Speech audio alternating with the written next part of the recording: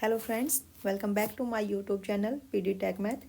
आज वाले लेक्चर में हम डिस्कस करने वाले हैं गेट 2021 एंड 22 का कंप्लीट सॉल्यूशन। ठीक है, अपना लीनियर अलजेब्रा स्टार्ट हो रखा है, तो अपना सिर्फ एक ही पेपर बचता है 23 वाला, और वो हम कल कर लेंगे।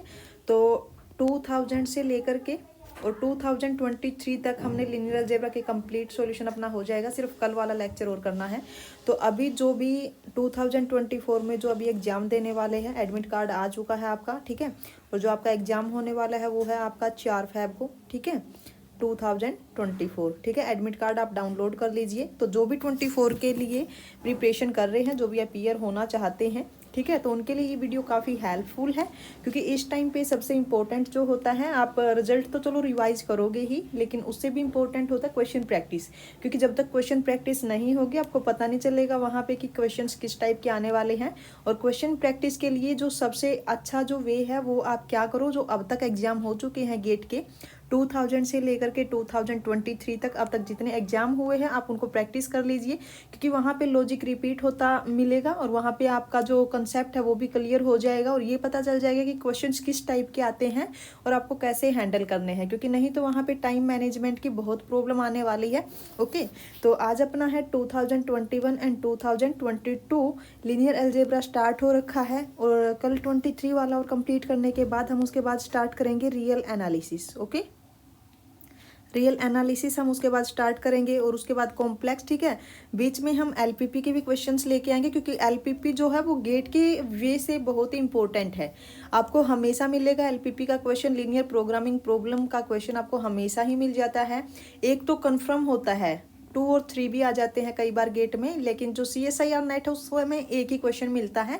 लेकिन गेट में कई बार देखने को मिलता है कि 2 क्वेश्चंस भी होते हैं। ठीक है, तो आप एलपीपी जरूर करके जाना, और वो इजी है, बिल्कुल इजी है। एलपीपी इतना मुश्किल नहीं है, आप अगर एक दिन भी बैठ के अच्छे से करोगे तो हो जाएगा। क्वेश्चन प्रैक्टिस बहुत इंपॉर्टेंट है लेकिन।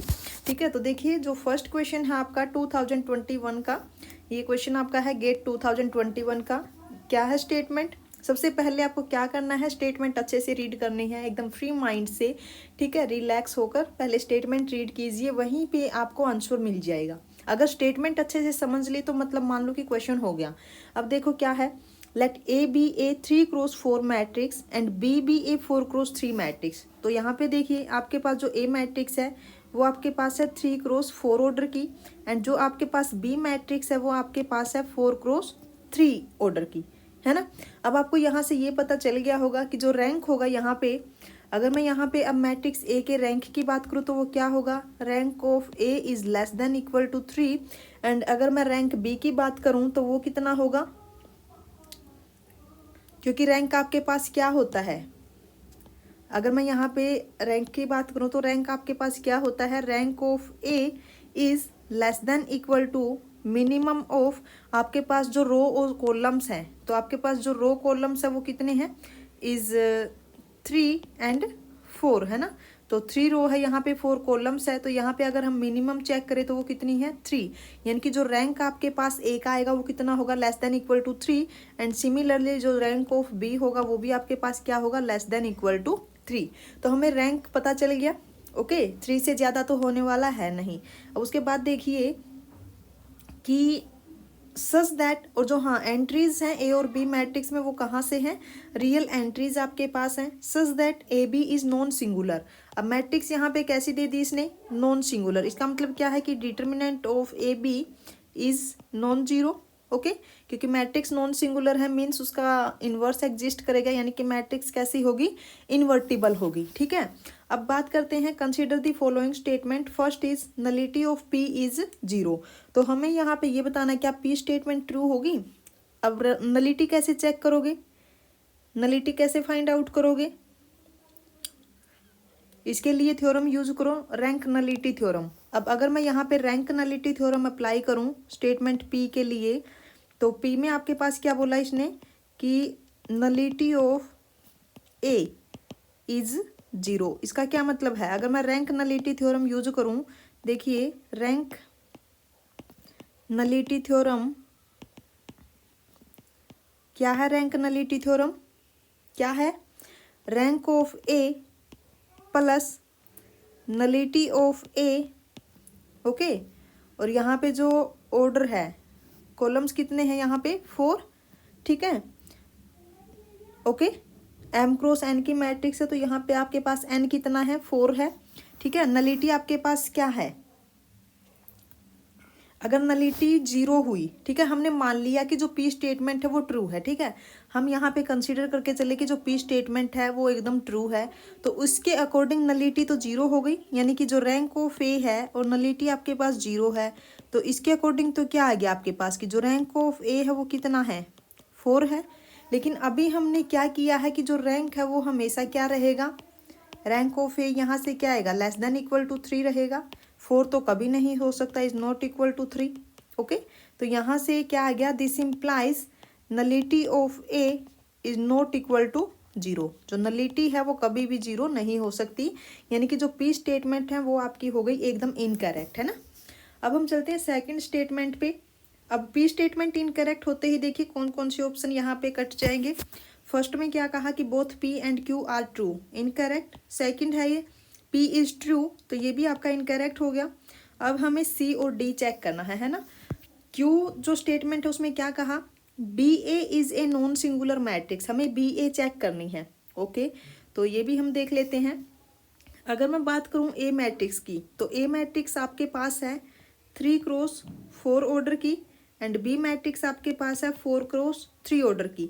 अगर मैं इन दोनों मैट्रिक्स की मल्टीप्लिकेशन करूं, देन ए बी मैट्रिक्स जो है वो कितने ऑर्डर की होगी, 3 क्रॉस 3 की, है ना। अब जो बी ए बी मैट्रिक्स है वो आपकी क्या होगी 3 क्रॉस 3 की, और हमें दिया हुआ है कि जो ए बी मैट्रिक्स है वो कैसी है, नॉन सिंगुलर मैट्रिक्स है, ये हमें स्टेटमेंट में ही गिवन है, नॉन सिंगुलर मैट्रिक्स है ना। अब एक चीज बताइए मेरे को कि जो रैंक ऑफ ए बी है वो कितना होगा। देखो मैट्रिक्स नॉन सिंगुलर है तो यहाँ पे क्लियर है कि मैट्रिक्स इन्वर्टिबल है, सारी की सारी आइगन वैल्यूज यहाँ पे कैसी होने वाली है, नॉन जीरो। तो हम यहाँ से क्या बोल सकते हैं, this implies rank of A B is equal to 3, है ना। रैंक ऑफ ए बी क्या आ गया यहाँ से 3, और हमने अभी पीछे क्या किया था कि जो रैंक ऑफ ए है, जो रैंक ऑफ ए है वो क्या था, rank of A is less than equal to 3, and rank of B आपके पास क्या है, less than equal to 3। Okay, अब आपके पास एक आइडेंटिटी होती है, क्या है आइडेंटिटी, कि rank of A B, rank of A B is less than equal to minimum of rank of A and rank of B, ठीक है। अब रैंक ऑफ बी आप ए बी आपके पास कितना है 3, यानी कि 3 less than equal to minimum of rank of A and rank of B. अब आप एक चीज देखो कि यहाँ पे जो मिनिमम आने वाला है वो हमेशा क्या रहेगा, 3 से ग्रेटर रहेगा या फिर इक्वल रहेगा, ठीक है। अगर आपने यहाँ पे रैंक ऑफ ए या फिर रैंक ऑफ बी अगर आपने 3 से लेस ले लिया तो ये जो कंडीशन है ये कभी भी सेटिस्फाई नहीं होगी। अगर 3 से लेस ले लिया आपने रैंक ए या फिर बी, ठीक है। मान लीजिए कि अगर आपने रैंक यहाँ पे 2 ले लिया, ठीक है, ए का रैंक मान लीजिए 2 ले लिया, तो मिनिमम तो यहाँ पे 2 आ गया, ठीक है। लेकिन क्या 3 आपका 2 से लेस होगा, कभी नहीं होगा। तो यहाँ से आपके पास क्या आ जाएगा इस कंडीशन से कि दिस इम्प्लाइज जो रैंक ऑफ ए है वो भी आपका 3 होना चाहिए, और जो रैंक ऑफ बी है वो भी आपका क्या होना चाहिए 3 से बड़ा हो नहीं सकता, क्योंकि यहाँ पे देखिए या तो लेस होगा या फिर इक्वल होगा, और लेस के केस में ये कंडीशन सेटिस्फाई नहीं होगी, तो इसका मतलब है कि इक्वेलिटी ही आएगी। तो हमें यहाँ पे ए का और बी का रैंक पता चल गया, है ना। अब हम चलते हैं बी ए मैट्रिक्स की तरफ, ठीक है। अब हम चलते हैं बी ए मैट्रिक्स की तरफ। तो देखिए जो अगर मैं यहाँ से इन दोनों जो ए और बी है, अगर मैं यहाँ पे बी ए मैट्रिक्स चेक करूँ तो जो बी ए मैट्रिक्स है वो आपकी कितने ऑर्डर की होगी, 4 क्रॉस 4 की, ठीक है। जो बी ए मैट्रिक्स होगी वो 4 क्रॉस 4 की होगी। ओके, अब जो eigen values of A B है वहां पे 3 नॉन जीरो आइगन वैल्यू है ना। 3 नॉन जीरो आइगन वैल्यूज है ए बी के पास, ठीक है। 3 नॉन जीरो आइगन वैल्यूज है ना। तो एक चीज देखो अब आप यहाँ से कि अगर मैं rank of B A check करूं, rank of B A, rank of B A क्या होगा, is less than equal to minimum of rank of A and rank of B. Okay, तो यहाँ से आ गया आपके पास rank of B A is less than equal to minimum of rank of A क्या है 3 and rank of B is also 3। तो यहाँ से आपके पास आ गया कि rank of B A is less than equal to 3। तो यहाँ पे देखिए जो ऑर्डर है बी ए मैट्रिक्स का वो कितना है 4 और जो रैंक आया है वो क्या आ गया लेस देन इक्वल टू 3। तो क्या ये मैट्रिक्स कभी भी सिंगुलर नॉन सिंगुलर होगी? कभी नहीं होगी। देखो मैट्रिक्स का जो ऑर्डर है वो 4 है और जो रैंक है वो 3 या फिर लेस देन 3 है। तो इसका मतलब है कि एटलीस्ट 1 आइगन वैल्यू तो यहाँ पे पक्का 0 मिलने वाली है ना। तो यहाँ से आपको क्या पता चल गया कि this implies matrix B A is matrix B A कैसी होगी? Singular matrix. ठीक है, सिंगुलर मैट्रिक्स।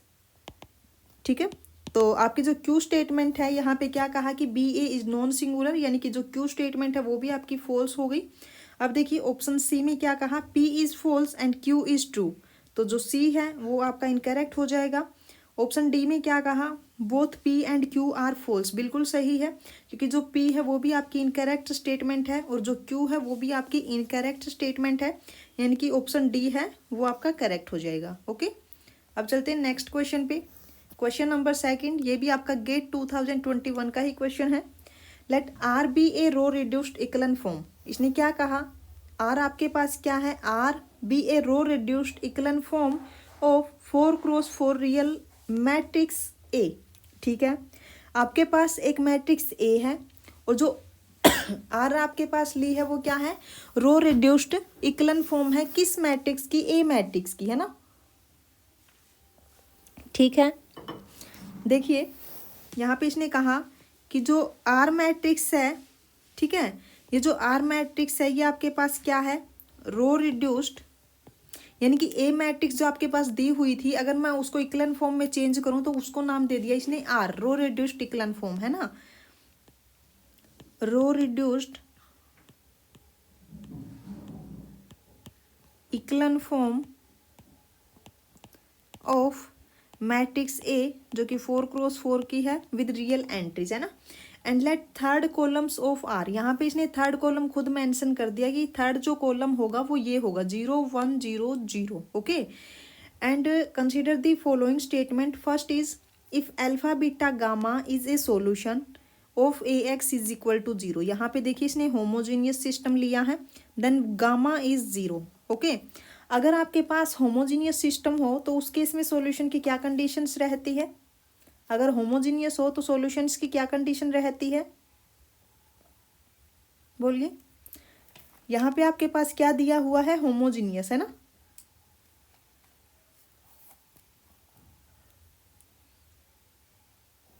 सॉल्यूशन देखिए,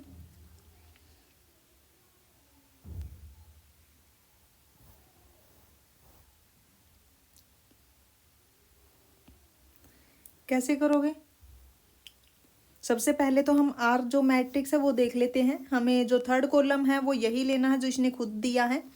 तो अगर मैं यहाँ पे मेंशन करूँ कि जो आर आपके पास है, आर इज इक्वल टू, हम कंसिडर कर लेते हैं कि जो थर्ड कॉलम होगा वो जो इसने दिया वही ले लेंगे, है ना। 1 0 0 0 4x4 की मैट्रिक्स लेनी है, 0 1 0 0 and third column is 0 1 0 0 and 0 0 1 0। तो ये आपके पास क्या है, एक रो रिड्यूस्ड इक्लन फॉर्म है और जो थर्ड कॉलम है वो हमने वही ले लिया जो इसने बोला। ठीक है, अब उसके बाद देखिए अगर मैं पी स्टेटमेंट की बात करूं तो पी स्टेटमेंट में उसने क्या लिया है, एक होमोजीनियस सिस्टम लिया है, A X is equal to 0। Okay, तो अगर आपके पास होमोजीनियस सिस्टम होता है तो उस केस में या तो इनफाइनाइटली मैनी सॉल्यूशन एग्जिस्ट करते हैं, ओके, या फिर 0 सॉल्यूशन एग्जिस्ट करता है, यही होता है।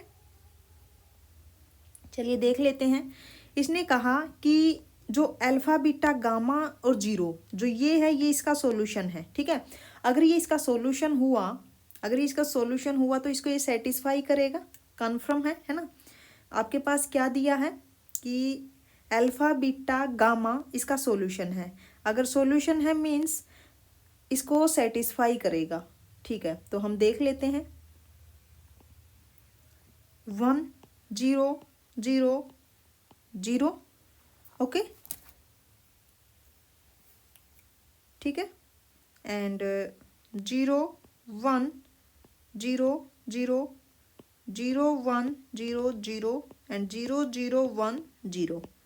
तो आपके पास ये है alpha beta gamma and 0, okay, is equal to 0 0 0 0, ठीक है।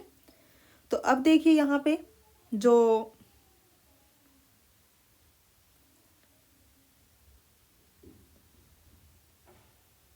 एक मिनट,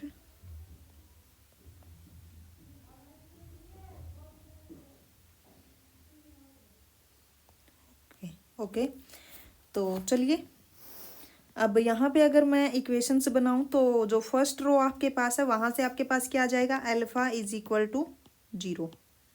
सेकेंड रो से क्या आ जाएगा, beta plus gamma is equal to 0, है ना।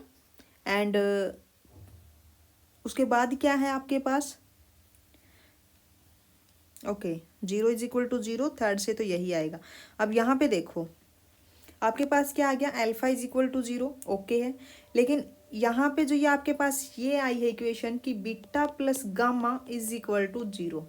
अब ऑप्शन में क्या दिया है कि अगर ये इसका सॉल्यूशन हुआ तो ये जो गामा है ये 0 होगा, ठीक है। क्या ये 0 होना जरूरी है, क्या ये 0 होना जरूरी है अब यहाँ पे, क्योंकि ये तो क्या आ गया, beta plus gamma is equal to 0 आ गया, तो मैं यहाँ पे गामा को 1 भी ले सकती हूँ, -1 भी ले सकती हूँ, है ना।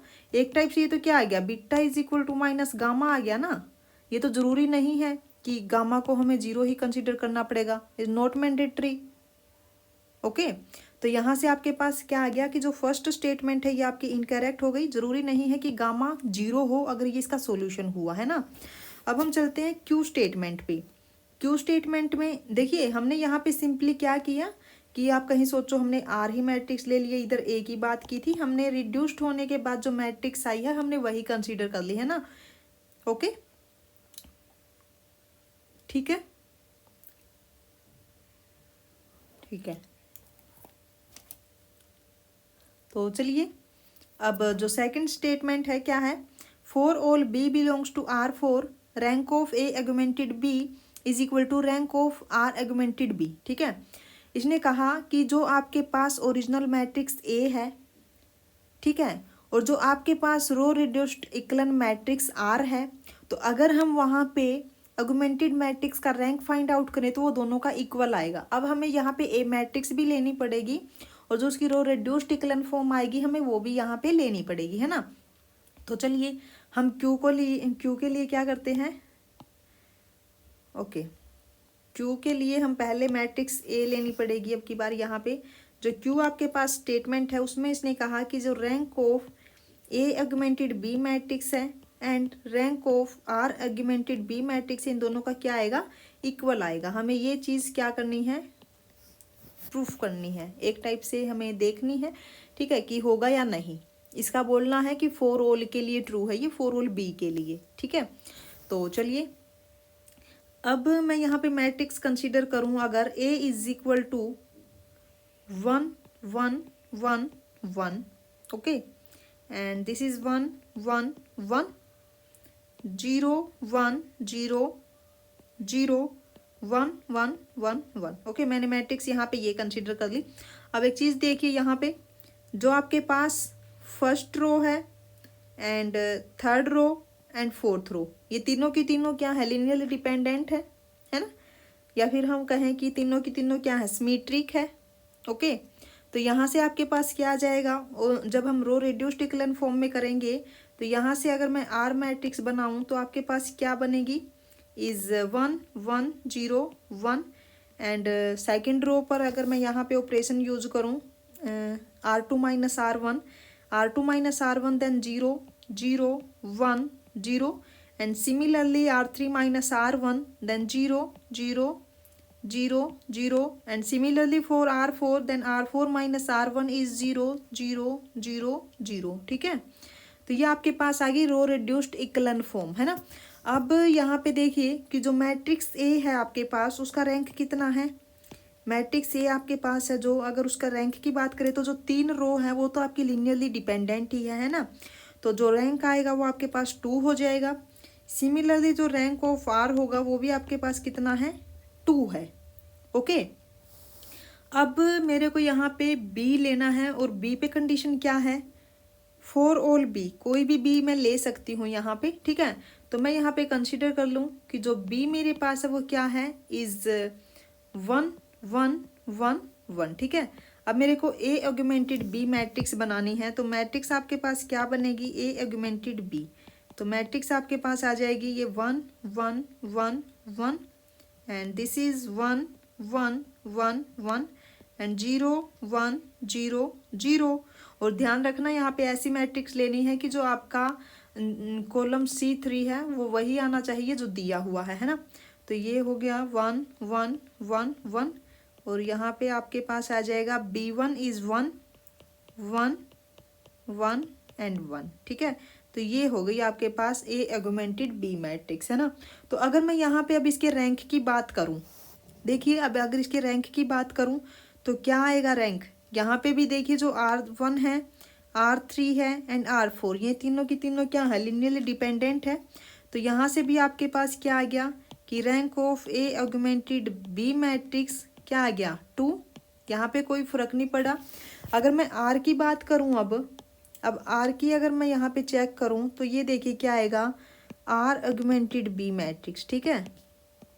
अब यहाँ पे देखो 1 1 0 1 एंड 0 0 1 0 0 0 0 0 एंड फोर्थ रो भी क्या है, 0, है ना। तो बी आपके पास क्या है, इज 1 1 1 एंड 1। ओके, तो अब यहाँ पे देखो एक रो आपके पास ये है, फर्स्ट सेकंड एंड यहाँ पे जो ये R3 और R4 है ये दोनों लिनियरली डिपेंडेंट है। तो अगर मैं यहाँ पे रैंक की बात करूँ तो रैंक यहाँ पे कितना होगा, 3, ठीक है। तो यहाँ पे रैंक कितना आ गया, 3। तो लेकिन इसने क्या कहा था क्यू स्टेटमेंट में कि ये दोनों इक्वल है, लेकिन हम यहाँ से क्या बोल सकते हैं कि rank of A augmented B is not equal to rank of R augmented B, ठीक है। तो यहाँ से जो आपकी क्यू स्टेटमेंट है वो आपकी क्या हो जाएगी, इनकरेक्ट हो जाएगी, ठीक है। तो यहाँ पे जो क्यू स्टेटमेंट है वो क्या होगी, इनकरेक्ट हो जाएगी, यानी कि दोनों स्टेटमेंट यहाँ पे क्या है, इनकरेक्ट है ना। चलिए क्वेश्चन नंबर 3 देखिए क्या है। क्वेश्चन नंबर 3 ये भी आपका 2021 का ही क्वेश्चन है, रीड कीजिए एक बार स्टेटमेंट।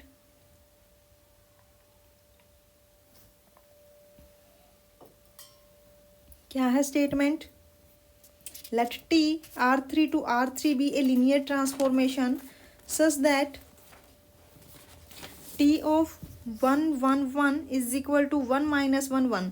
तो यहाँ पे देखिए इमेज ऑफ 1 1 1 अंडर T क्या दी हुई है, 1 minus 1 and 0 and image of 1 1 1 under T square is 1 1 1 and image of, okay यहाँ पे हमें यहाँ पे कुछ मिस्टेक कर दी लिखने में, इधर भी T स्क्वायर ही लिख दिया है ना।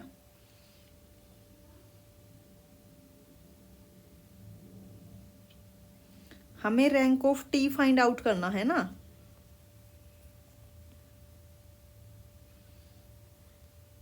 ये यहाँ से इरेज कर लीजिए, ओके ठीक है। तो चलिए आपके पास क्या दिया हुआ है,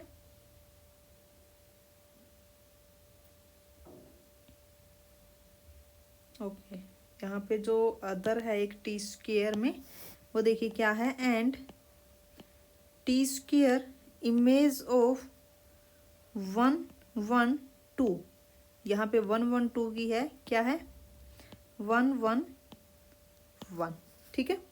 चलिए अब देखिए हमें यहाँ पे rank of T find out करना है, तो उससे पहले हमें ये देखनी पड़ेगी कि जो मैट्रिक्स बनने वाली है वो कैसी है ना। या तो हम मैट्रिक्स क्रिएट कर ले यहाँ से, बताइए कैसे करोगे। एक चीज़ देखिए आप कि यहाँ पे अगर मैं इमेज ऑफ 111 की बात करूँ तो वो भी आपके पास 111 है, एंड इमेज ऑफ 112 की बात करूँ तो वो भी क्या है, 111 है ना। तो यहाँ से देखिए ये दोनों के दोनों तो आपके पास क्या है, लिनियरली डिपेंडेंट है ना। और अगर मैं इनकी बात करूँ जिसकी इमेज यहाँ पे इसने फाइंड आउट की है, तो ये आपके पास क्या है, दोनों लिनियरली इंडिपेंडेंट है ना। अब देखिए कि जो टी स्क्वेयर मैप है आपकी, टी स्क्वेयर जो मैप है आपकी, वो लिनियरली इंडिपेंडेंट एलिमेंट्स को कहाँ पे मैप कर रही है, लिनियरली डिपेंडेंट पे। बोल सकते हैं हम ऐसा कि वो जो मैप है आपकी T square linearly independent elements को कहाँ पे मैप कर रही है, लिनियरली डिपेंडेंट पे, है ना। तो यहाँ से आपके पास क्या आ जाएगा, जब मैट्रिक्स यहाँ पे बनाओगे आप, तो यहाँ से आपके पास क्या आ जाएगा, this implies T square is singular matrix, T square is singular matrix, क्योंकि यहाँ पे देखिए जो टी स्क्वेयर मैप है वो लिनियरली इंडिपेंडेंट एलिमेंट्स को लिनियरली डिपेंडेंट पे मैप कर रही है ना। तो यहाँ पे क्या हो जाएगा, जो टी स्क्वेयर मैट्रिक्स बनेगी यहाँ पे, तो वो क्या होगी, सिंगुलर। ओके, और यहाँ पे जो टी मैप है R3 to R3 है ना। अब अगर हम इसके रैंक की बात करें, अगर वो सिंगुलर हुई तो उसका रैंक कभी भी 3 तो हो नहीं सकता, then this implies rank of T square is less than equal to 2। Okay, तो जो उसका रैंक है वो क्या होगा, हमेशा लेस देन इक्वल टू 2 होगा। ओके, अब हम बात कर लेते हैं रेंज स्पेस की, ठीक है। अगर हम rank of T square find out करें तो वही आपके पास क्या होता है, dimension of range space of T square. तो इससे अच्छा हम क्या करते हैं, range space of T square find out कर लेते हैं और उसकी डायमेंशन चेक कर लेते हैं कि क्या होगी, है ना। आपको ये तो पता ही होगा कि dimension of range space of T square किसके इक्वल होता है, रैंक ऑफ टी स्क्वेयर, है ना। तो हम यहाँ पे क्या निकालते हैं, range space of T square. तो क्या होगा range space of T square, range space of T square क्या होगा, बोलिए जल्दी। देखो आपके पास क्या आ गया, जो 111 है उसकी इमेज आपको मिल गई, 112 की इमेज आपको मिल गई। अगर मैं यहाँ पे फाइंड आउट करना चाहूँ 1 - 1 की इमेज, तो क्या होगी। अगर मैं एक और एलिमेंट की इमेज यहाँ पे फाइंड आउट कर लूँ तो देखिए रेंज स्पेस, ओके। अब यहाँ पे देखो आपके पास क्या दिया हुआ है, फर्स्ट में टी ऑफ 111 है ना, इज इक्वल टू 1 - 1 1, ठीक है। मैं यहाँ पे क्या करती हूँ, ट्रांसफॉर्मेशन अप्लाई करती हूँ, ठीक है, बोथ साइड। जब आप ट्रांसफॉर्मेशन अप्लाई करोगे तो क्या आएगा, यहाँ से टी स्क्वेयर, है ना, is T square 111 is equal to T of 1 - 1 1, ठीक है। अब टी स्क्वेयर 111, अगर मैं इसकी इमेज की बात करूँ तो क्या है, is 111 and this is T of 1 - 1 1, ठीक है। अगेन मैं यहाँ पे क्या करूँगी,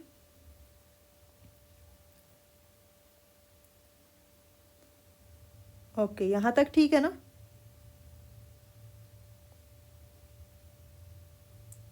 ओके, अब फिर से आप क्या करो, यहाँ पे ट्रांसफॉर्मेशन अप्लाई करो। तो क्या आएगा जब आप दोबारा से ट्रांसफॉर्मेशन अप्लाई करोगे, देखिए आपके पास आ गया टी ऑफ 1 - 1 1। मैं यहाँ पे क्या करना चाह रही हूँ, 1 - 1 1 की इमेज फाइंड आउट करना चाह रही हूँ अंडर टी स्क्वेयर, ठीक है। तो ये यहाँ पे आपके पास आ गया 1 1 1। दोबारा से ट्रांसफॉर्मेशन अप्लाई करोगे तो क्या आएगा, T square 1 - 1 1 and this is T of 1 1 1, ठीक है। एंड ये हमें पता है कि इसकी इमेज क्या है, दिस इज 1 - 1 1, ये है। तो आपके पास क्या आ गया, T square 1 - 1 1 and this is 1 minus 1 1, ठीक है। तो अब आपके पास देखिए क्या क्या है। क्वेश्चन में आपके पास दिया हुआ था कि image of T square, image of 1 1 1 under T square is 1, एक मिनट रुक जाइए, 1 1 1 है ना, and image of 1 1 2 under T square, ये भी आपके पास क्या है 1 1 1, और एक हमने यहाँ पे फाइंड आउट कर ली कि image of 1 minus 1 1 under T square is क्या आ गई 1 माइनस 1 1, ठीक है। तो यहाँ से अगर मैं बात करूँ इसके रेंज स्पेस की, then range space of T square, तो ये आपका क्या आ जाएगा, दिस इज 1 1 1 एंड 1 1 1, और थर्ड क्या है 1 माइनस 1 1, ठीक है। तो अब एक चीज़ देखिए, यहाँ पे ये जो दो हैं ये आपके पास क्या है, लिनियरली डिपेंडेंट है, ओके। ये आपके पास क्या है, लिनियरली डिपेंडेंट है। तो अगर मैं इसके बेसिस की बात करूँ तो इसके पास क्या आएगा, किससे स्पैन होगा, ये जो होगा इसमें सिर्फ ये दो एलिमेंट्स आएंगे जो लिनियरली इंडिपेंडेंट है, 1 1 1 एंड 1 माइनस 1 1, ठीक है। तो यहाँ से आपके पास डायमेंशन क्या आ गई, dimension of range space of T square, तो डायमेंशन आ गई आपके पास 2। तो यहाँ से हम क्या बोल देंगे, this implies rank of T square is 2। Rank of T square क्या आ गया आपके पास 2, है ना। तो अगर रैंक ऑफ टी स्क्वेयर 2 है तो हमें पता है कि रैंक ऑफ टी स्क्वेयर क्या होता है, rank of T square is equal to minimum of rank of T and rank of T, okay. तो ये आपके पास क्या है 2 2 is equal to minimum of rank of T and rank of T. तो यहाँ से आपके पास क्या आ जाएगा, this implies rank of T क्या आएगा 2 आएगा, है ना। रैंक ऑफ टी क्या आ जाएगा यहाँ से 2, ठीक है, ओके कर लोगे, है ना।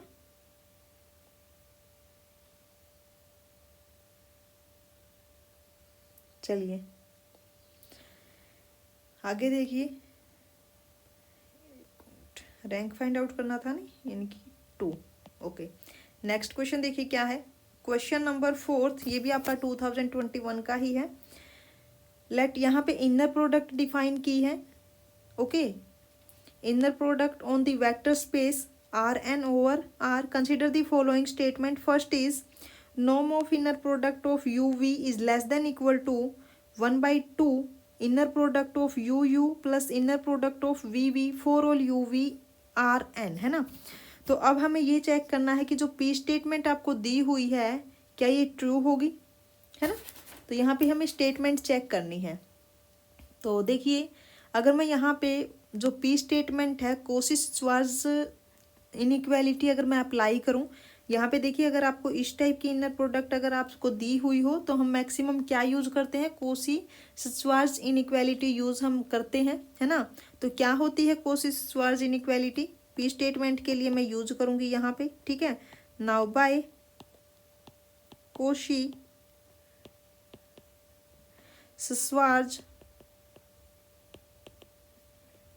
Inequality, okay. तो क्या होती है, norm of inner product of u v is less than equal to norm of u into norm of v, okay, यही होती है, ठीक है।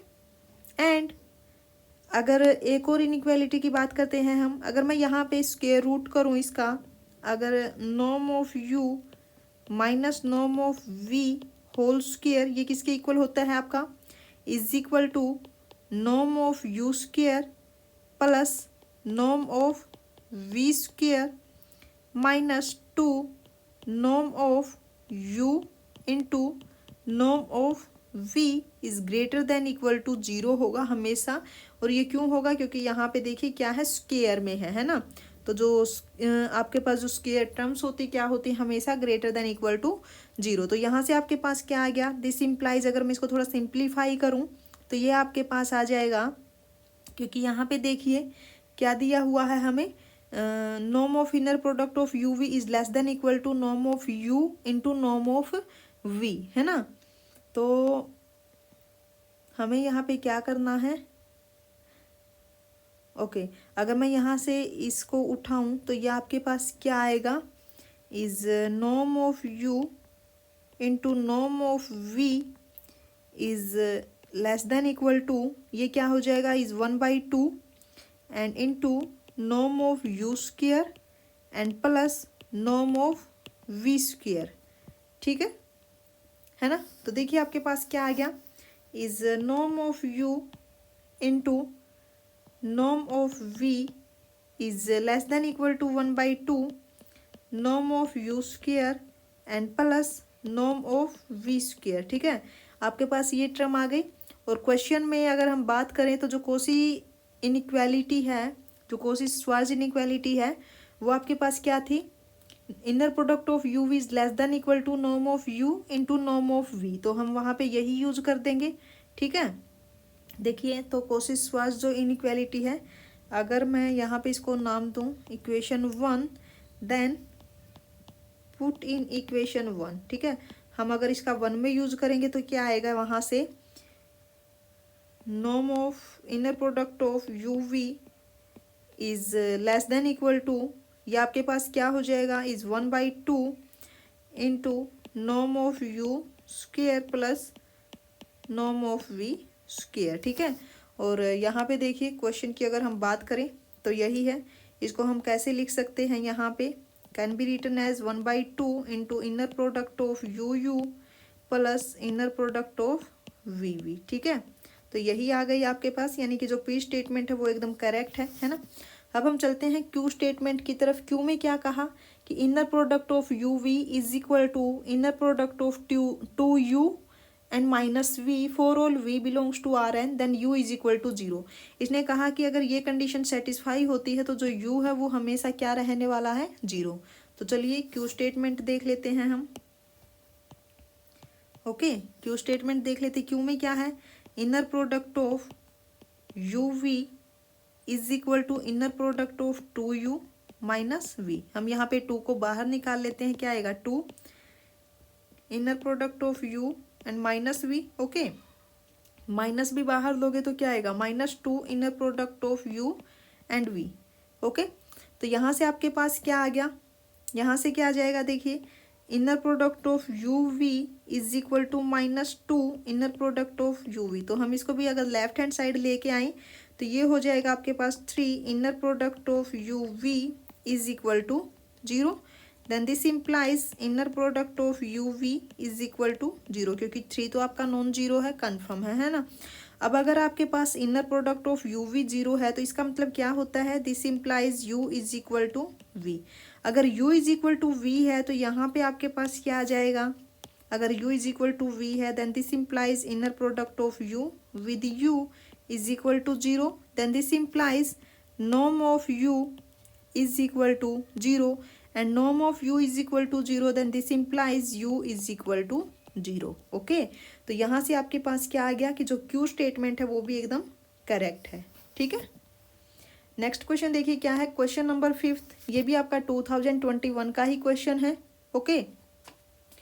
यहाँ पे इसने क्या दिया, let V be a vector space in which all polynomials of all degree at most 2, ठीक है, over the field R and let T V to V be the linear operator. यहाँ पे हमें जो टी है वो एक लीनियर ऑपरेटर दिया हुआ है, ठीक है। एंड किस टाइप से डिफाइन किया है linear operator, T of p is equal to p of 0 minus p of 1 plus p of 0 plus p of 1 into x and plus p of 0 x square, then the sum of eigen values of T. तो उसके लिए हमें पहले eigen values पता होनी चाहिए कि T की जो आइगन वैल्यूज होंगी वो आपके पास क्या होंगी, तभी हम वहाँ पे सम कर पाएंगे, है ना। तो देखिए हमें जो ऑपरेटर है ना वो डिफाइन किया हुआ है, तो हम इजिली फाइंड आउट कर सकते हैं। हम मैट्रिक्स फाइंड आउट करेंगे, ओके, वहां से हम आइगन वैल्यूज फाइंड आउट कर सकते हैं, ठीक है। और एक चीज याद रखना, हम रिजल्ट यूज करेंगे मैट्रिक्स फाइंड आउट करके कि जो आपके पास आइगन वैल्यूज होती हैं तो क्या होता है, सम ऑफ आइगन वैल्यूज किसके इक्वल होती हैं, सम ऑफ आइगन वैल्यूज किसके इक्वल होती हैं, sum of eigen values is equal to trace of a given matrix, है ना। अगर हमने मैट्रिक्स फाइंड आउट कर ली तो सम तो हम फाइंड कर ही लेंगे, ठीक है। तो चलिए अब हमें क्या करना है, यहाँ पे जो आपके पास वेक्टर स्पेस दिया हुआ है, ठीक है, हम यहाँ पे क्या करेंगे, उसकी स्टैंडर्ड बेसिस लेके चलेंगे, ठीक है। स्टैंडर्ड बेसिस के कंसेप्ट पे ही हम यहाँ पे मैट्रिक्स फाइंड आउट करेंगे। अब देखो जो आपके पास पोलिनोमियल है वो कितनी है, डिग्री एट मोस्ट 2, ठीक है।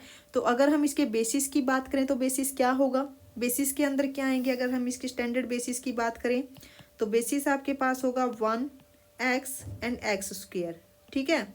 अब जो t है आपके पास वो लीनियर ऑपरेटर दिया हुआ है, क्या है, t v, ठीक है। तो हमने जो बेसिस ली है वो वेक्टर स्पेस v की ली है, तो हम क्या करते हैं यहाँ पे t of 1, t of x and t of x square find out करते हैं। और फिर जो भी आपकी वहाँ पे इमेज आती है तो हम क्या करते हैं, जो भी वैल्यू आती हैं कोडोमेन जो है उसके बेसिस के लीनियर कॉम्बिनेशन में लिखते हैं। तो यहाँ पे जो कोडोमेन सेट है उसकी भी बेसिस आपकी यही है, यानी कि इसी के लीनियर कॉम्बिनेशन में हमें राइट डाउन करना है, ठीक है। तो चलिए टी ऑफ 1 फाइंड आउट कीजिए। सबसे पहले जो ऑपरेटर है टी ऑफ पी, हम यहाँ पे वो लिख लेते हैं क्योंकि वही यूज करना है हमें।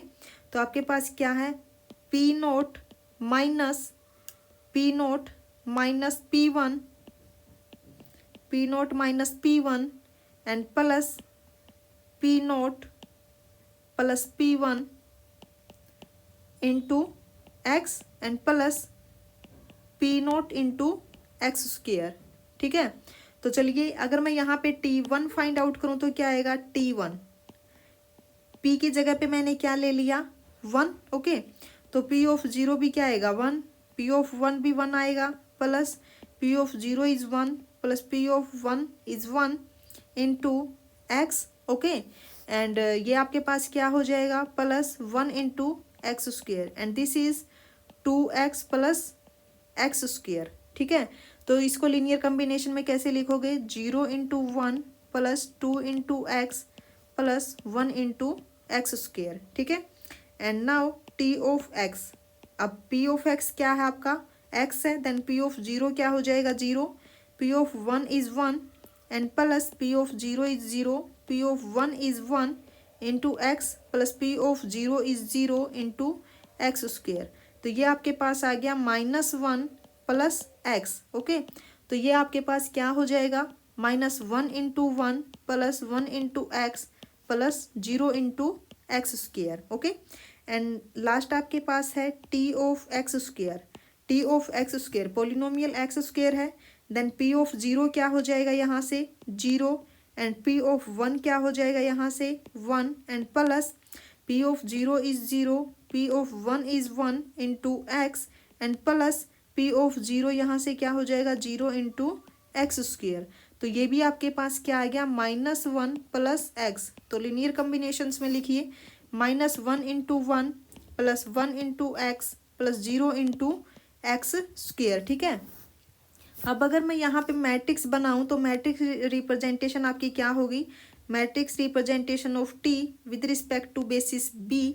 अब हमें क्या करना है, जो आपके पास ये एलिमेंट्स आए हैं इसको कॉलम फॉर्म में राइट डाउन करना है, ठीक है। फर्स्ट में क्या है 0 2 1, 0 2 1, फर्स्ट कॉलम आपका ये हो गया।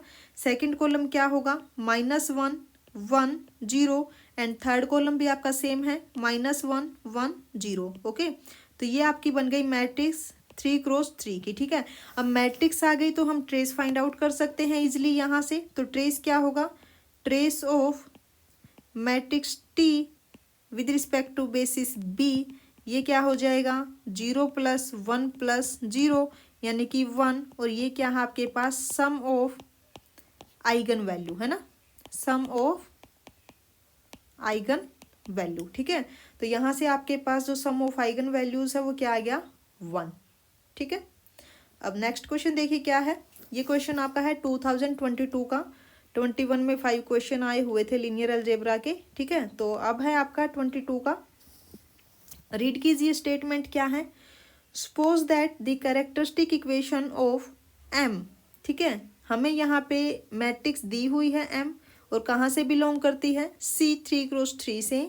इज आपके पास कैरेक्टरिस्टिक इक्वेशन क्या दे दी, lambda cube plus alpha lambda square plus beta lambda -1 and where है alpha beta in C with alpha beta is non zero, ठीक है। जो अल्फा बीटा है वो आपके पास क्या है, नॉन जीरो है, ठीक है।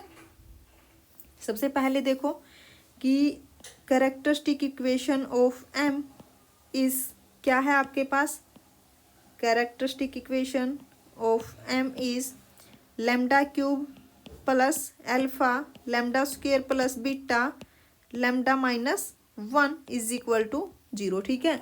तो ये आपके पास क्या है, कैरेक्टरिस्टिक इक्वेशन है। तो ये मैट्रिक्स को सेटिस्फाई करेगी, ठीक है, मैट्रिक्स को सेटिस्फाई करेगी। ओके, तो ये आपके पास क्या आ जाएगा, यहाँ से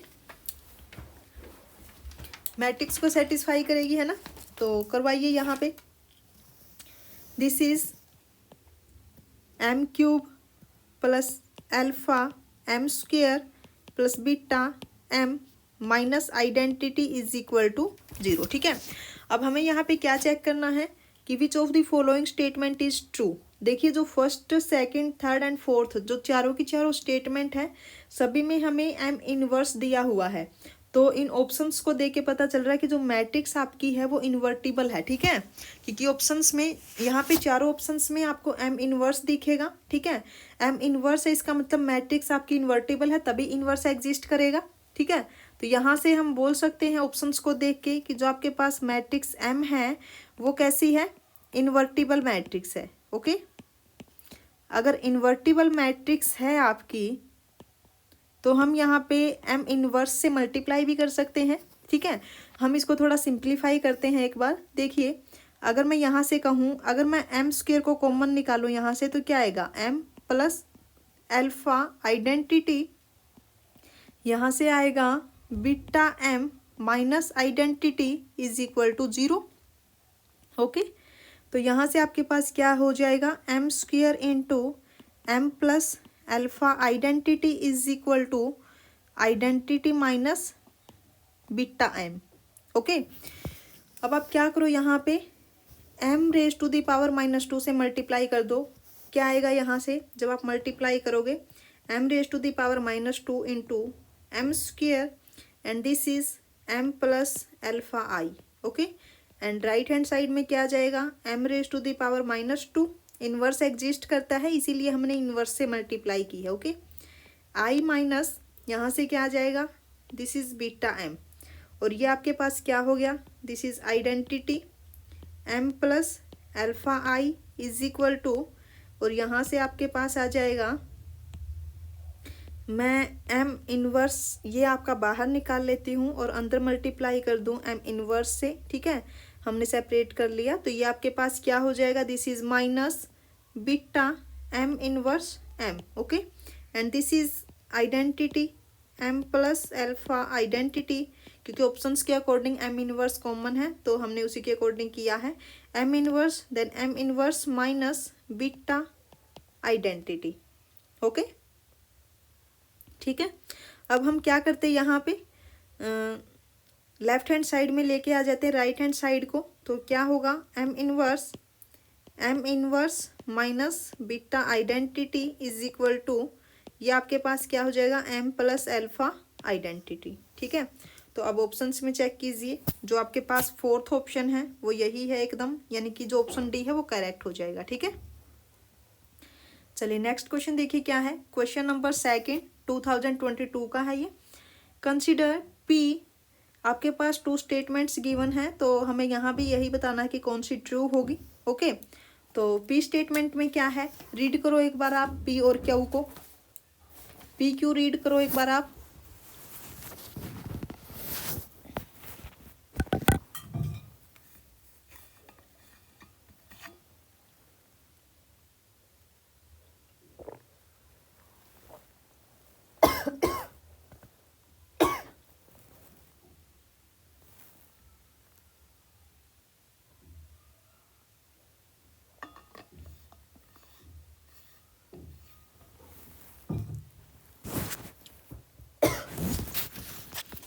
देखिए जो स्टेटमेंट पी है, let m belongs to r raised to the power m cross n with m is greater than n and greater than equal to 2.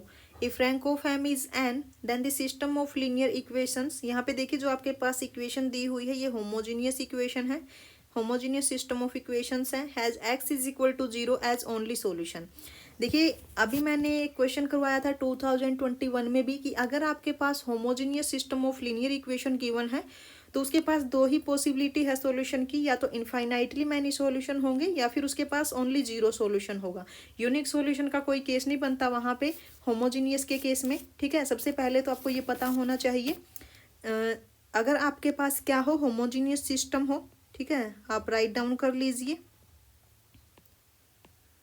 अगर आपके पास होमोजीनियस सिस्टम गिवन है, ठीक है, तो आपके पास क्या होगा, या तो आपके पास आइदर इनफाइनाइट सॉल्यूशंस होंगे, ठीक है, आइदर इनफाइनाइट सॉल्यूशन,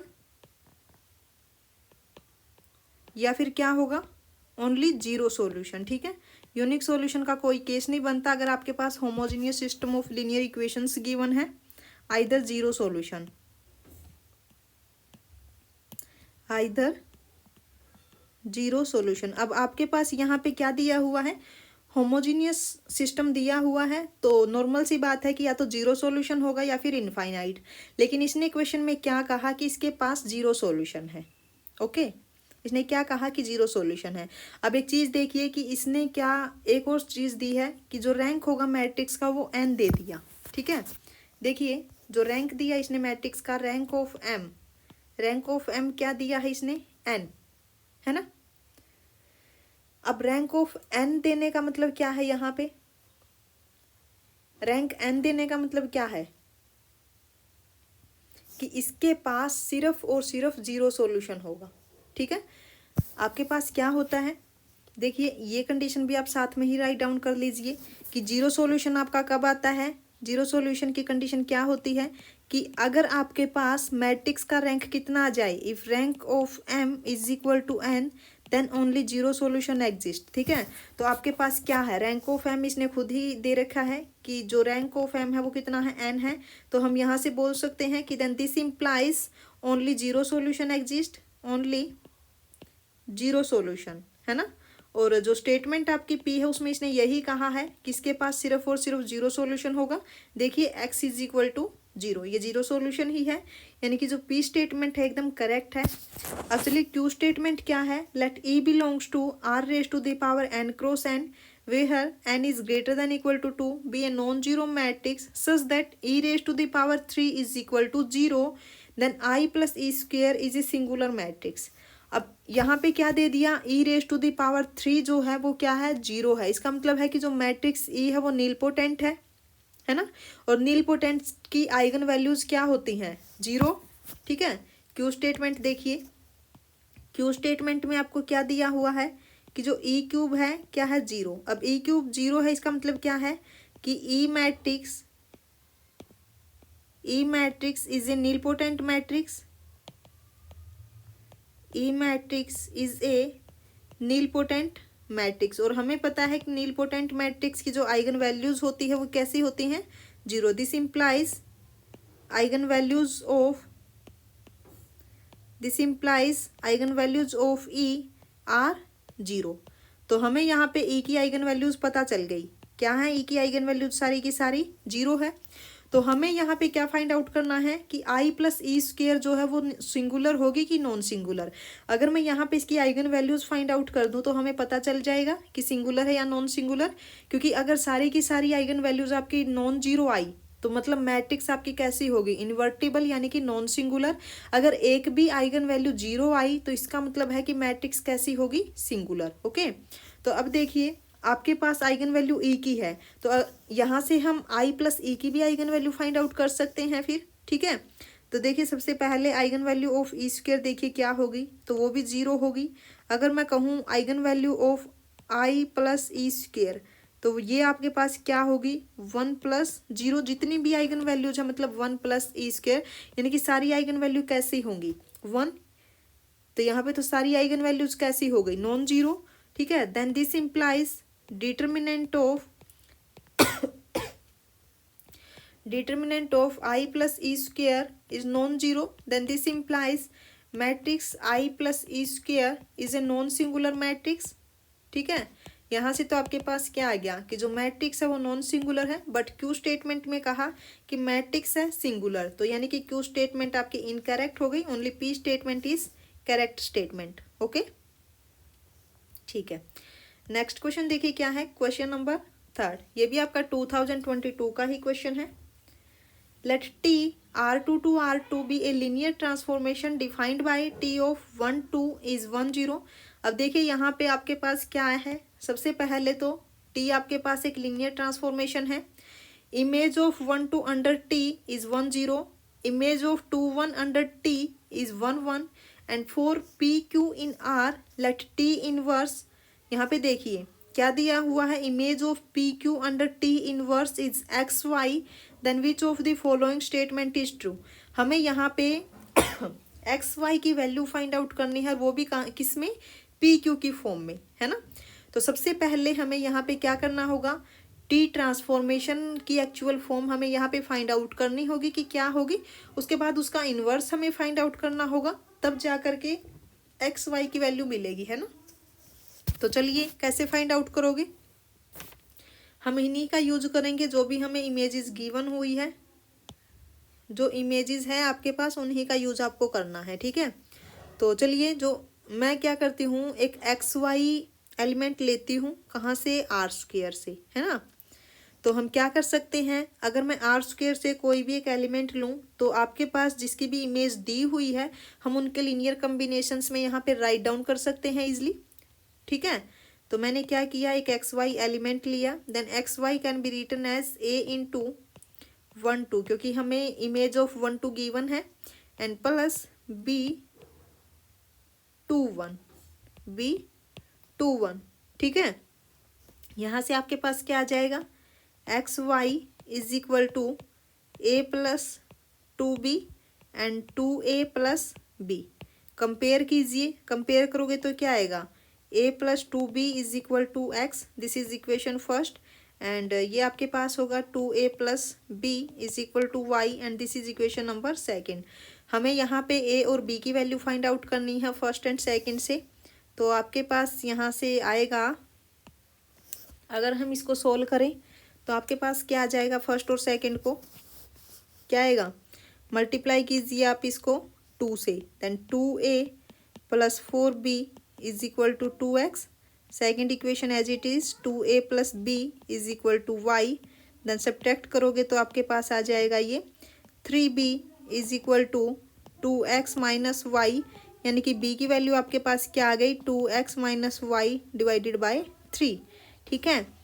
अब आप क्या करो, जो B की वैल्यू है उसको इक्वेशन 1 में पुट कर दीजिए, तो आपके पास आएगा A प्लस 2/3, एंड ये क्या है, 2X minus Y is equal to X, है ना, यही है, इज इक्वल टू X, ठीक है। Then A plus 4/3X minus 2/3Y is equal to X, and this is A is equal to X minus 4/3 X minus 2/3 Y, and this is A is equal to minus X by 3 and minus 2/3 Y, okay. तो यहाँ पे देखिए ये plus आएगा, sorry this is plus, and A आपके पास क्या आ गया, minus X plus 2Y and divided by 3, तो A और B की वैल्यू आपके पास आ गई। अब पुट कर दीजिए A B की वैल्यू, जब आप पुट करोगे तो आपके पास आएगा XY is equal to A क्या है, minus X plus 2Y and divided by 3, and into आपके पास क्या है, into 1 2 and plus value of B is 2X minus Y and divided by 3 into 2 1, okay. Transformation apply कीजिए both side, जब transformation apply करोगे तो देखिए आपके पास लीनियर ट्रांसफॉर्मेशन है, तो हम यहाँ पे सेपरेट कर सकते हैं, then minus X plus 2Y divided by 3 T of 1 2, क्योंकि लीनियर ट्रांसफॉर्मेशन गिवन है हमें, उसी प्रॉपर्टी से हम ऐसे लिख सकते हैं। तो ये आपके पास है 2X minus Y and divided by 3, and T of 2 1। Okay, अब हमें इमेज ऑफ 1 2 गिवन है एंड इमेज ऑफ 2 1 भी गिवन है, तो वही रख दीजिए। ये है -x + 2y/3 as it is, and image of 1 2, image of 1 2 क्या है, is 1 0 and plus 2x - y divided by 3 as it is, and image of 2 1 is 1 1। Okay, तो जब हम इसको सोल्व करेंगे तो ये आपके पास आएगा -x + 2y/3 एंड प्लस ये आपके पास क्या हो जाएगा 2x - y/3 and 2x - y/3। Okay, तो इनको ऐड करोगे तो आपके पास ये क्या होगा, this is -x + 2y/3 and plus 2x - y/3 and 0 + 2x - y/3। Okay, तो अगर हम इसको और सिंप्लीफाई करें तो ये आपके पास हो जाएगा, this is -x + 2x is x and plus y/3 and 2x - y/3। Okay, तो txy आपके पास ये आ गया है ना। अगर मैं यहाँ से इसको इरेज करूँ तो इसी साइड हम देख लेंगे। अब हमें इन्वर्स भी फाइंड आउट करना है यहाँ पे, ठीक है, इन्वर्स भी हमें फाइंड आउट करना है। देखिए T of X Y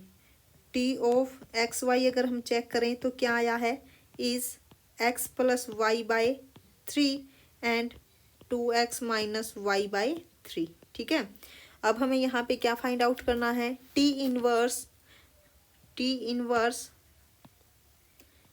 inverse क्या दिया हुआ है, T inverse PQ is equal to X Y. Okay, तो यहाँ से आपके पास क्या आ जाएगा, PQ is equal to T of X Y, और टी ऑफ एक्स वाई आपके पास ये है तो पुट कर दीजिए।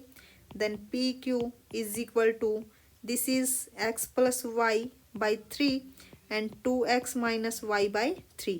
कंपेयर करोगे तो आपके पास P क्या आएगा, P is equal to x + y/3 and Q is equal to 2x - y/3।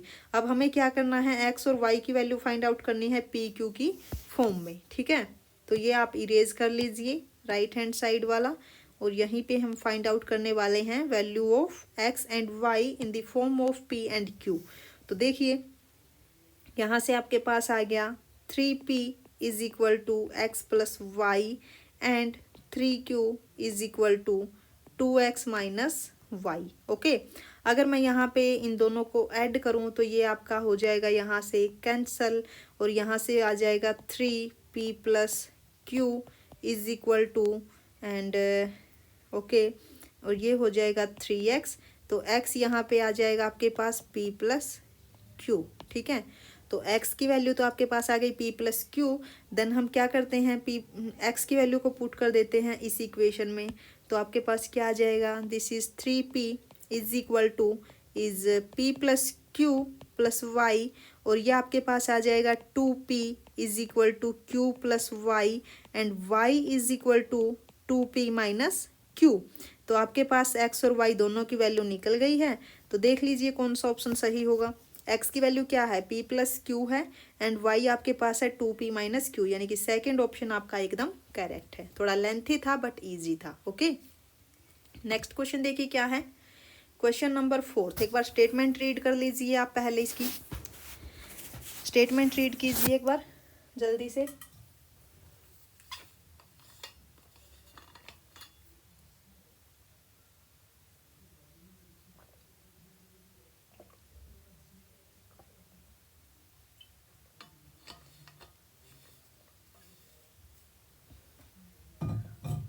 देखिए स्टेटमेंट, ये भी थोड़ा लेंथी क्वेश्चन है बट इजी है। ठीक है, देखिए पहले भी किए हैं हमने ऐसे क्वेश्चन, हर बार मिलता है एक तो ऐसा जहाँ पे डायमेंशन पूछी जाती है हमसे।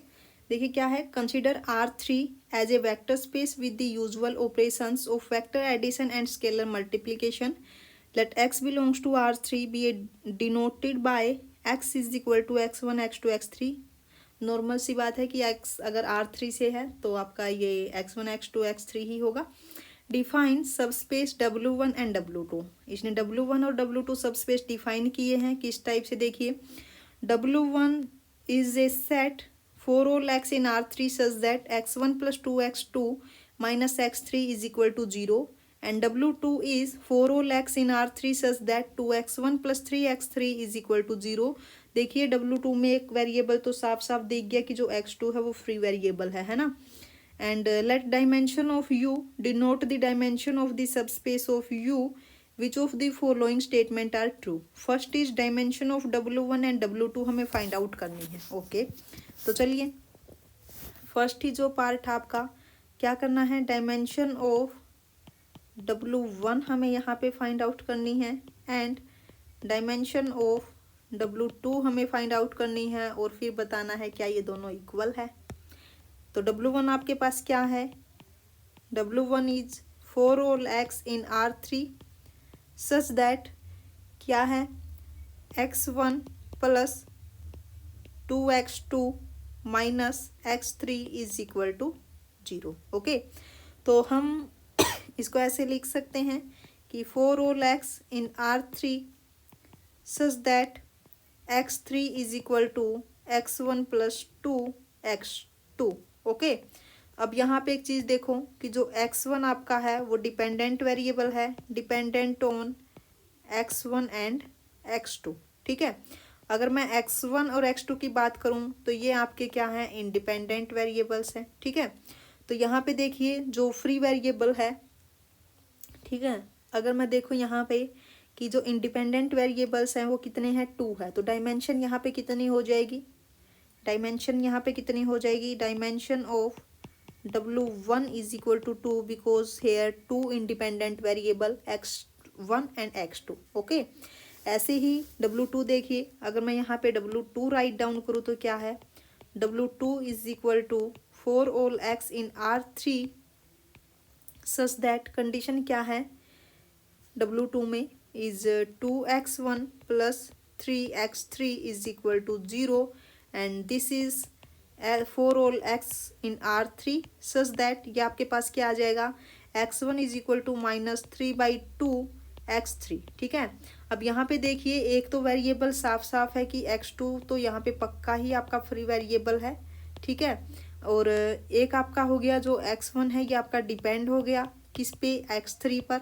ठीक है, तो यहाँ पे देखिए x2 और x3 ये दो यहाँ पे कैसे हो गए, इंडिपेंडेंट वेरिएबल हो गए।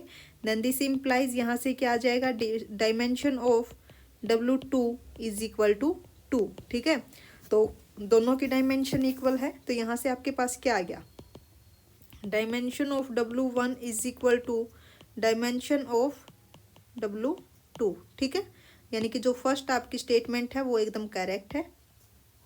सेकंड क्या है, dimension of W1 plus dimension of W2 minus dimension of R3 is 1। Okay तो देखिए यहीं पे कर लेते हैं हम, इसको इरेज कर लीजिए। सेकंड पार्ट में क्या कहा, dimension of W1 minus plus dimension of W2 minus dimension of R3 is equal to 1। Check कर लेते हैं हम, dimension of W1 is 2, dimension of W2 is 2, dimension of R3 is 3 and this is 4 minus 3 is equal to 1। Second option एकदम correct, यानी कि second statement एकदम सही है। थर्ड क्या है, dimension of W1 plus W2 is equal to 2। Okay and fourth है dimension of W1 intersection W2 is 1। चलिए सी क्या है, dimension of W1 plus W2। Okay क्या है formula, dimension of W1 plus dimension of W2 minus dimension of W1 intersection W2। Okay तो dimension of W1 पता है, dimension of W2 पता है, हमें फाइंड आउट करनी है इंटरसेक्शन की। ठीक है, कैसे करोगे, चलिए W1 इंटरसेक्शन W2 क्या होगा, W1 intersection W2 is equal to 4 whole x in R3 such that अगर मैं कोई भी एलिमेंट अगर W1 इंटरसेक्शन W2 से लूँगी तो उसका मतलब है कि वो W1 की कंडीशन को भी सेटिस्फाई करेगा एंड W2 की कंडीशन को भी सेटिस्फाई करेगा, है ना। तो लिखिए यहाँ पे कंडीशंस क्या हैं आपकी, is x1 plus 2x2 minus x3 is equal to 0 and second क्या थी 2x1 plus 3x3 is equal to 0। Okay, matrix बनाइए यहाँ पे। अगर मैं मैट्रिक्स बनाऊँ तो coefficient of x1 is 1 2 and minus 1, यहाँ पे 2 0 3। ओके, तो मैट्रिक्स आपकी ये बन जाएगी यहाँ से, ठीक है। से लेट A1 मैट्रिक्स। ओके, अब इसका रैंक देखिए क्या है, रैंक कितना आएगा यहाँ पे 2, है ना। रैंक कितना है 2 है। ओके, लिनियरली इंडिपेंडेंट सॉल्यूशन कैसे फाइंड आउट करते हो, यहाँ पे लिनियरली इंडिपेंडेंट सॉल्यूशन कैसे फाइंड आउट करते हो, लिनियरली इंडिपेंडेंट सॉल्यूशन कितने होंगे यहाँ पे, is n minus rank of matrix A1, है ना। तो ये आपके पास आ जाएगा n कितना है, n is 3 and minus rank कितना है 2 यानी कि 1। तो इसके पास जो W1 इंटरसेक्शन W2 है तो इसकी डायमेंशन कितनी हो जाएगी, dimension of W1 intersection W2 is 1। Okay, तो पुट कर दीजिए यहाँ पे। जब आप पुट करोगे तो ये क्या आएगा 2 प्लस 2 माइनस 1 यानी कि 3। ओके, तो यहाँ से जो आपकी सी स्टेटमेंट है वो तो आपकी इनकरेक्ट हो जाएगी, सी स्टेटमेंट आपकी इनकरेक्ट हो जाएगी एंड डी स्टेटमेंट जो है वो आपकी करेक्ट हो जाएगी, क्योंकि जो डायमेंशन है आपकी वो कितनी आई है 1। ओके, चलिए नेक्स्ट क्वेश्चन देखिए क्या है। क्वेश्चन नंबर 5, क्वेश्चन नंबर 5 में है let M be a 3x3 real matrix such that M square is equal to 2M plus 3I।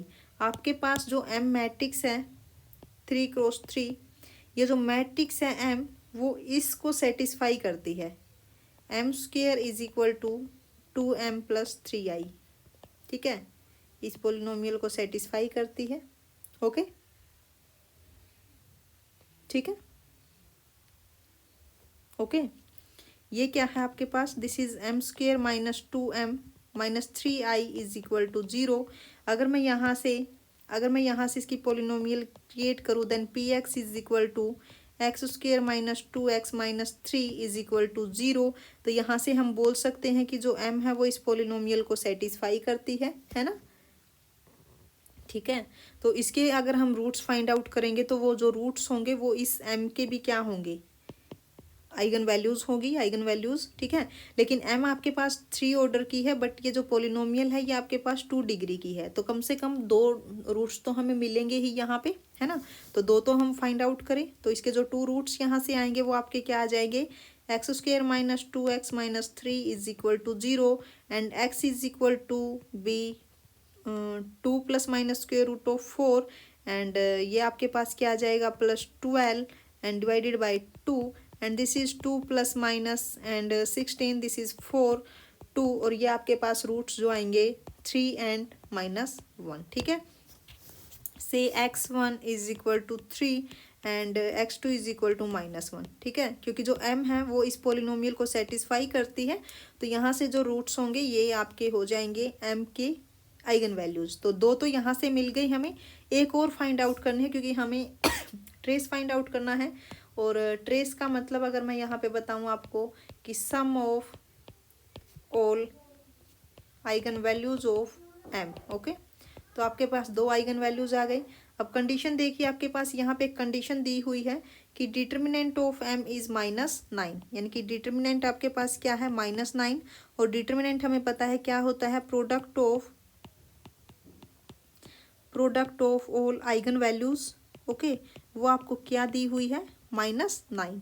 तो एक आइगन वैल्यू मैं यहाँ पे लैम्डा मान लेती हूँ, lambda 1 into lambda 2 into lambda 3 is equal to -9।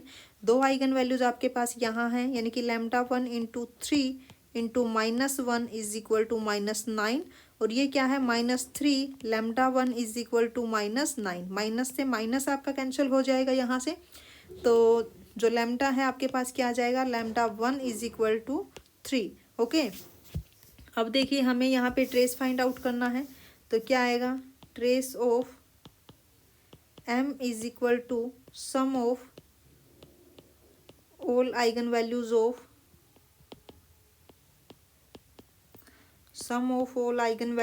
Of m, ठीक है।